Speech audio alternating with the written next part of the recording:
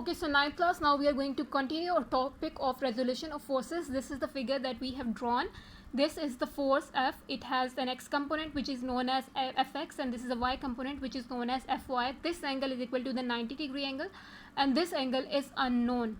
And we have discussed that this force lies somewhere between f-axis and y-axis. Then that means this force is composed of some x component and some y component. So in a way you can say that the force F is equal to the sum of the x component and also the sum of the y component.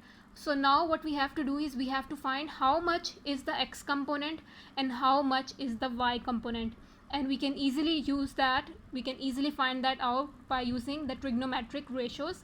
Trigonometric ratios tell us that cos theta is equal to base over hypotenuse, sin theta is equal to perpendicular over hypotenuse, and tangent theta is equal to perpendicular over base. So let's start with cos theta. Cos theta is equal to base over hypotenuse because curly brown hair. This is something that we use in order to memorize the trigonometric ratios. So cos theta is equal to base over hypotenuse. So focus now on this figure. We have named different points in this figure. This is the origin known as O. This point is A and this point is B. We have to find base and hypotenuse. In this case, base is equal to OB and hypotenuse is equal to OA. So we will simply write OB in place of base and OA in place of hypotenuse. But we can also see that base is equal to Fx, x component of the force. So we will write Fx, and hypotenuse is the force itself. So we will write F. And we are considering only the magnitude, so no need to make the arrowhead on top of these forces.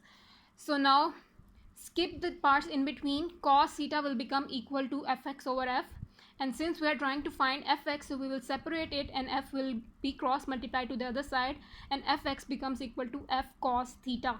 So far you have found the x component of the force. Similarly, you can find the y component of the force. Y component is equal to sin theta is equal to perpendicular over hypotenuse. Some people have. So sin theta is equal to perpendicular over hypotenuse. Focus on this figure. In this figure, perpendicular is equal to BA, starting from B and going to A because arrowhead is in this direction. So BA divided by hypotenuse is equal to OA. And we can also see that BA is equal to Fy and OA is equal to the force itself. So skip the parts in between. Sin theta will become equal to Fy over F. And you can cross multiply F to the other side because we have to separate Fy, and Fy becomes equal to F sin theta.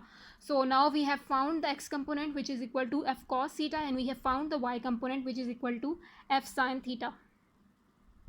So if someone asks you how you can find the x component of the force, you can simply say that we use cos theta to find the x component of the force, and we use sin theta to find the y component of the force. So this was your topic of resolution of forces.